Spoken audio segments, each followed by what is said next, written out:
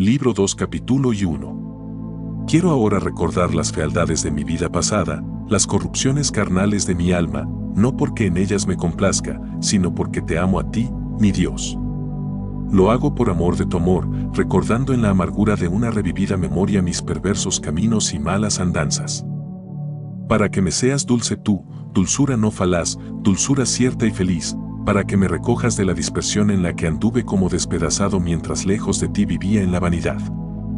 2. Durante algún tiempo de mi adolescencia ardía en el deseo de saciar los más bajos apetitos y me hice como una selva de sombríos amores. Se marchitó mi hermosura y aparecí ante tus ojos como un ser podrido y solo atento a complacerse a sí mismo y agradar a los demás. Capítulo 2:1. Nada me deleitaba entonces fuera de amar y ser amado. Pero no guardábamos 14 compostura y pasábamos más allá de los límites luminosos de la verdadera amistad que va de un alma a la otra. De mí se exhalaban nubes de fangosa concupiscencia carnal en el hervidero de mi pubertad, y de tal manera obnubilaban y ofuscaban mi corazón que no era yo capaz de distinguir entre la serenidad del amor y el fuego de la sensualidad.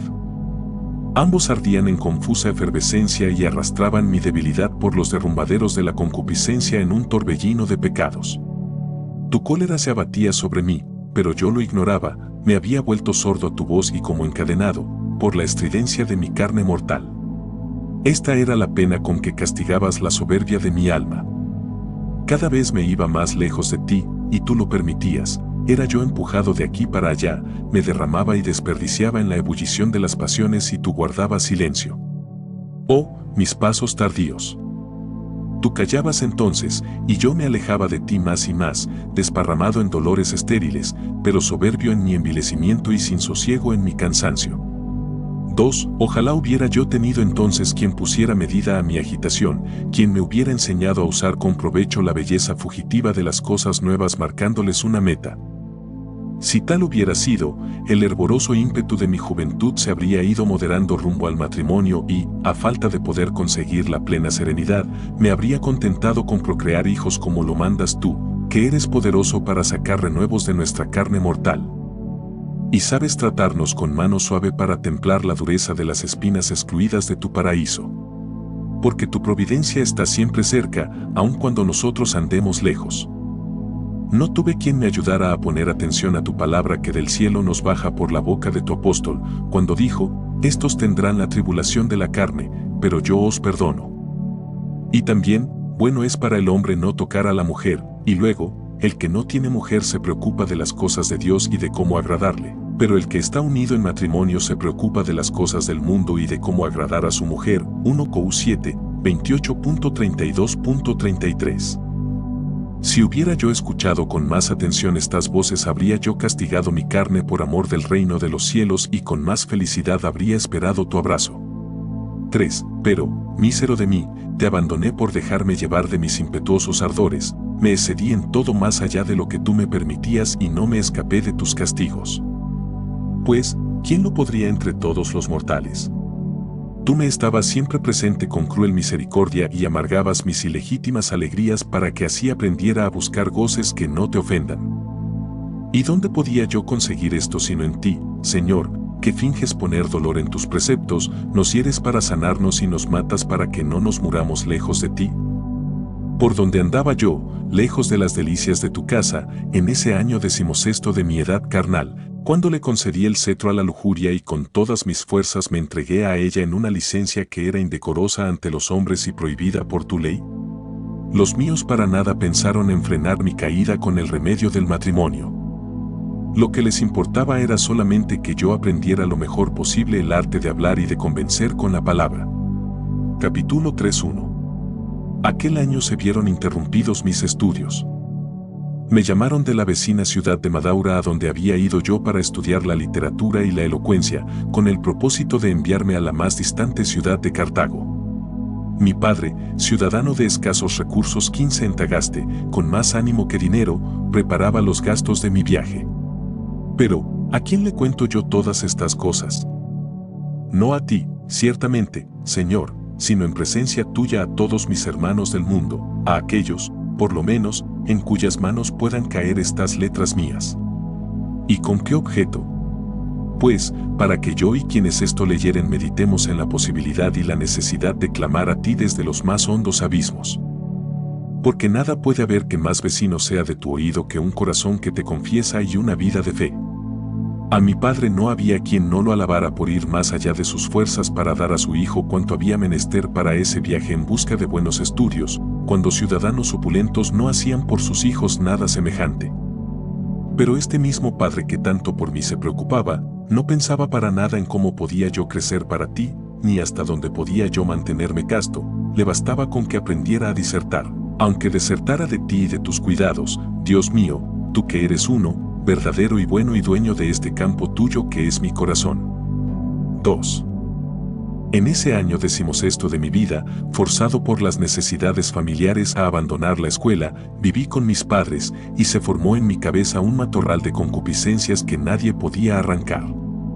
Sucedió pues que aquel hombre que fue mi padre me vio un día en los baños, ya púber y en inquieta adolescencia. Muy orondo fue a contárselo a mi madre, feliz como si ya tuviera nietos de mí, embriagado con un vino invisible, el de su propia voluntad perversa e inclinada a lo más bajo, la embriaguez presuntuosa de un mundo olvidado de su creador y todo vuelto hacia las criaturas.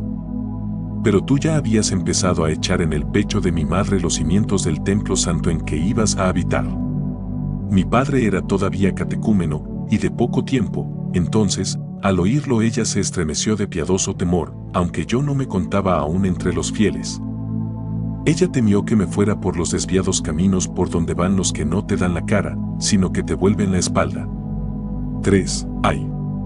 ¿Me atreveré a decir que tú permanecías callado mientras yo más y más me alejaba de ti?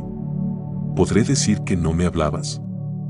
Pero, ¿de quién sino tuyas eran aquellas palabras que con voz de mi madre, fiel sierva tuya, me cantabas al oído? Ninguna de ellas, sin embargo, me llegó al corazón para ponerlas en práctica. Ella no quería que yo cometiera fornicación y recuerdo cómo me amonestó en secreto con gran vehemencia, insistiendo sobre todo en que no debía yo tocar la mujer ajena. Pero sus consejos me parecían debilidades de mujer que no podía yo tomar en cuenta sin avergonzarme. Mas sus consejos no eran suyos, sino tuyos y yo no lo sabía. Pensaba yo que tú callabas, cuando por su voz me hablabas, y al despreciarla a ella, sierva tuya, te despreciaba a ti, siendo yo también tu siervo. Pero yo nada sabía. Iba desbocado, con una ceguera tal, que no podía soportar que me superaran en malas acciones aquellos compañeros que se jactaban de sus fechorías tanto más cuanto peores eran. Con ello pecaba yo no solo con la lujuria de los actos, sino también con la lujuria de las alabanzas. 4. ¿Hay algo que sea realmente digno de vituperación fuera del vicio? Pero yo, para evitar el vituperio me fingía más vicioso y, cuando no tenía un pecado real con el cual pudiera competir con aquellos perdidos, inventaba uno que no había hecho, no queriendo parecer menos abyecto que ellos ni ser tenido por tonto cuando era más casto. Con tales compañeros corría yo las calles y plazas de Babilonia y me revolcaba en su cieno como en perfumes y ungüentos preciosos, y un enemigo invisible me hacía presión para tenerme bien fijo en el barro. Yo era seducible y él me seducía. Ni siquiera mi madre, aquella mujer que había huido ya de Babilonia pero andaba aún con lentos pasos por sus arrabales, tomó providencias para hacerme conseguir aquella 16 pureza que ella misma me aconsejaba. Lo que de mí había oído decir a su marido lo sentía peligroso y pestilente. Yo necesitaba del freno de la vida conyugal si no era posible cortarme en lo vivo la concupiscencia. Y, sin embargo, ella no cuidó de esto, temía que los lazos de una mujer dieran fin a mis esperanzas. No ciertamente la esperanza de la vida futura, que mi madre ya poseía, pero sí las buenas esperanzas de aprendizaje de las letras que tanto ella como mi padre deseaban vivamente, él, porque pensaba poco en ti y formaba a mi propósito castillos en el aire, y ella, porque no veía en las letras un estorbo, sino más bien una ayuda para llegar a ti. Todo esto lo conjeturo recordando lo mejor que puedo como eran mis padres. Por este motivo y sin un necesario temperamento de severidad, me soltaban las riendas y yo me divertía, andaba distraído y me desintegraba en una variedad de afectos y en una ardiente ofuscación que me ocultaba, Señor, las serenidades de tu verdad. Y de mi craso pecho salía la iniquidad. Sal 72, 7. Capítulo 4:1. El hurto lo condena la ley, Señor, una ley que está escrita en los corazones humanos y que ni la maldad misma puede destruir. Pues, ¿qué ladrón hay que soporte a otro ladrón? Ni siquiera un ladrón rico soporta al que roba movido por la indigencia. Pues bien, yo quise robar y robé, no por necesidad o por penuria, sino por mero fastidio de lo bueno y por sobra de maldad. Porque robé cosas que tenía ya en abundancia y otras que no eran mejores que las que poseía. Y ni siquiera disfrutaba de las cosas robadas, lo que me interesaba era el hurto en sí, el pecado. Había en la vecindad de nuestra viña un peral cargado de frutas que no eran apetecibles ni por su forma ni por su color. Fuimos, pues, rapaces perversos, a sacudir el peral a eso de la medianoche, pues hasta esa hora habíamos alargado, según nuestra mala costumbre, los juegos. Nos llevamos varias cargas grandes no para comer las peras nosotros, aunque algunas probamos, sino para echárselas a los puercos. Lo importante era hacer lo que nos estaba prohibido. 2. Este es, pues, Dios mío, mi corazón, ese corazón al que tuviste misericordia cuando se hallaba en lo profundo del abismo. Que Él te diga qué era lo que andaba yo buscando cuando era gratuitamente malo, pues para mi malicia no había otro motivo que la malicia misma. Detestable era, pero la amé, amé la perdición, amé mi defecto. Lo que amé no era lo defectuoso, sino el defecto mismo. Alma llena de torpezas, que se soltaba de tu firme apoyo rumbo al exterminio, sin otra finalidad en la ignominia que la ignominia misma. Capítulo V1. Porque se da ciertamente un atractivo en todo lo que es hermoso, en el oro, en la plata, en todo. En el tacto de la carne mucho tiene que ver el halago, así como los demás sentidos encuentran en las cosas corporales una peculiaridad que les responde. Belleza hay también en el honor temporal, en el poder de vencer y dominar, de donde proceden luego los deseos de la venganza.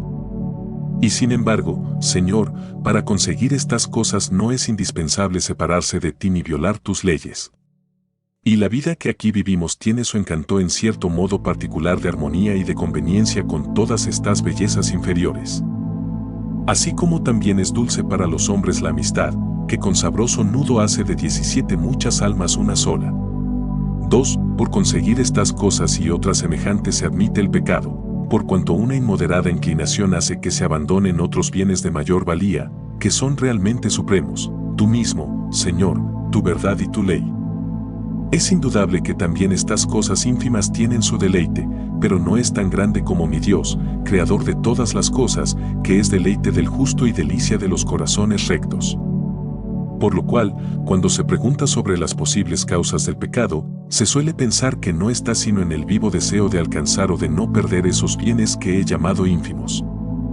Son, a no dudarlo, hermosos y agradables en sí mismos, aun cuando resultan a ras de tierra y despreciables cuando se los compara con los bienes superiores, los únicos que dan verdadera felicidad. 3. Alguno, por ejemplo, comete un homicidio.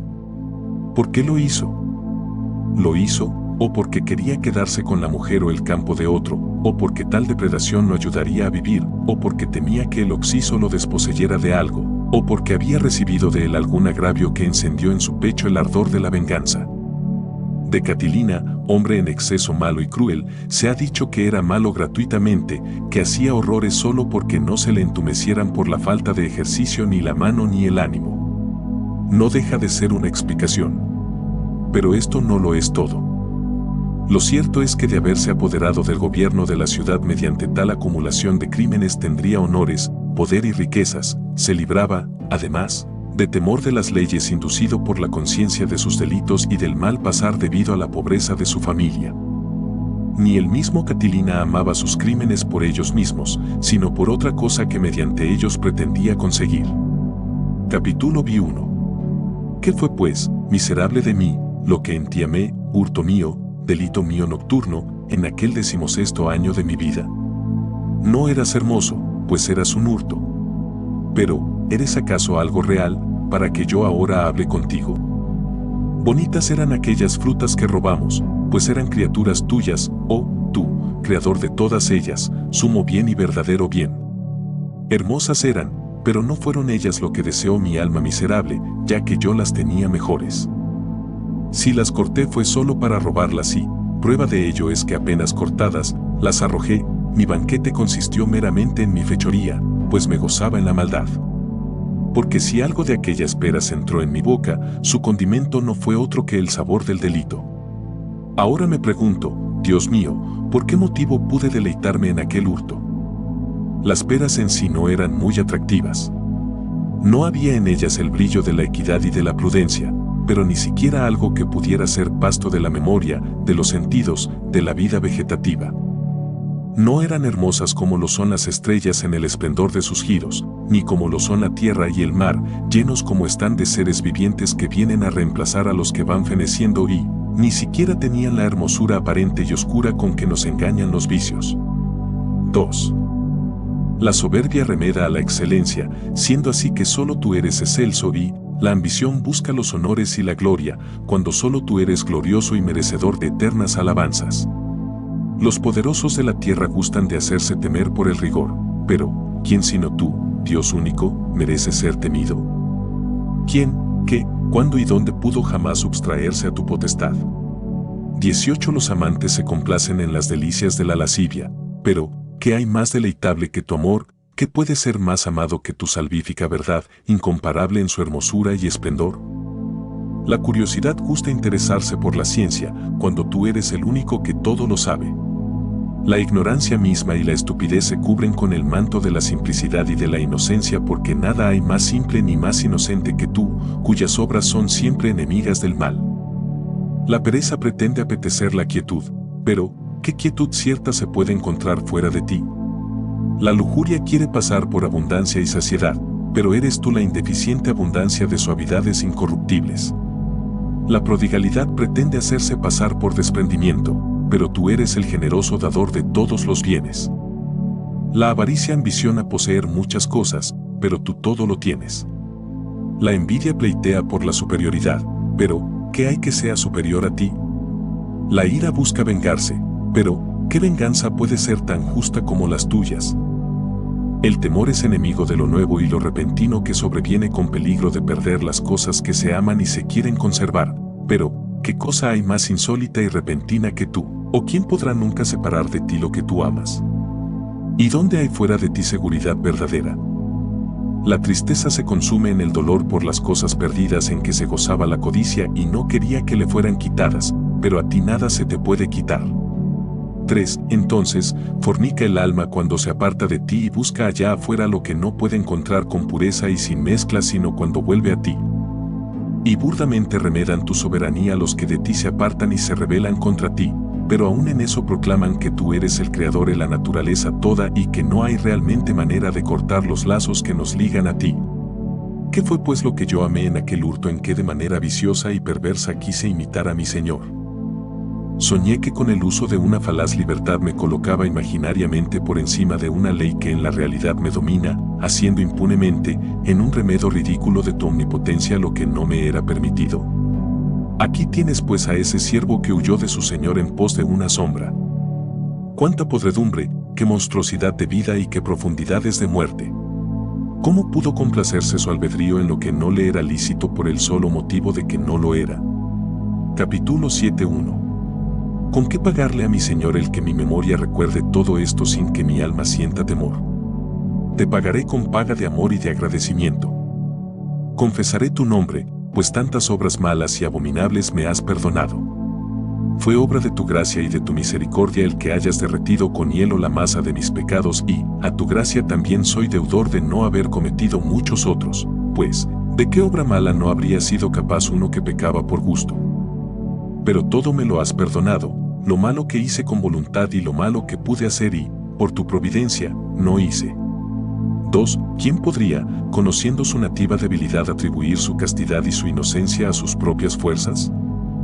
Ese te amaría menos, como si le fuera menos necesaria esa misericordia tuya con que condenas los pecados de quienes se convierten a ti. Ahora, si hay alguno que llamado por ti escuchó tu voz y pudo evitar los delitos que ahora recuerdo y confieso y que él puede leer aquí, no se burle de mí, que estando enfermo fui curado por el 19 mismo médico a quien él le debe él no haberse enfermado, o por mejor decir, haberse enfermado menos que yo. Ese debe amarte tanto como yo, o más todavía, viendo que quien me libró a mí de tamañas dolencias de pecado es el mismo que lo ha librado a él de padecerlas. Capítulo 8. ¿Qué clase de afecto era pues aquel? Ciertamente era pésimo y yo muy miserable porque lo tenía. ¿Pero qué era? Pues por algo dice la Escritura, ¿quién entenderá los pecados? Sal 18:13. Risa nos daba, un como cosquilleo del corazón, de que así pudiéramos engañar a quienes no nos juzgaban capaces de cosas semejantes, ni querían que las hiciéramos. Pero, ¿por qué razón me gustaba hacer esas fechorías junto con otros? ¿Acaso porque no es fácil reír cuando no se tiene compañeros? Y sin embargo, en ciertas ocasiones la risa vence al hombre más solitario, cuando algo se le presenta, al sentido o a la imaginación como muy ridículo. Capítulo 9. Lo cierto es que tales cosas no las había yo hecho de estar completamente solo. Este es, Señor, el vivo recuerdo de mi memoria en tu presencia, de haber andado solo no habría cometido tal hurto, ya que no me interesaba la cosa robada sino el hurto mismo y no habría de cierto hallado gusto en ello sin una compañía. Oh enemiga amistad, seducción incomprensible de la mente. Avidez de dañar por burla y por juego, cuando no hay en ello ganancia alguna ni deseo de venganza de satisfacer. Es, simplemente, el momento en que se dice, vamos a hacerlo y, si alguna vergüenza se tiene, es la de no hacer algo vergonzoso. Capítulo X. ¿Quién podrá desatar este nudo tan tortuoso e intrincado? Feo es y no quiero verlo, ni siquiera poner en él los ojos. Pero te quiero a ti, que eres justicia e inocencia, hermosa y decorosa luz, saciedad insaciable para los hombres honestos. En ti hay descanso y vida imperturbable. El que entra en ti entra en el gozo de su Señor. Mt 25:21, nada temerá y se hallará muy bien en el sumo bien. Me derramé y vagué lejos de ti, mi Dios, muy alejado de tu estabilidad, en mi adolescencia. Me convertí para mí mismo en un desierto inculto y lleno de miseria.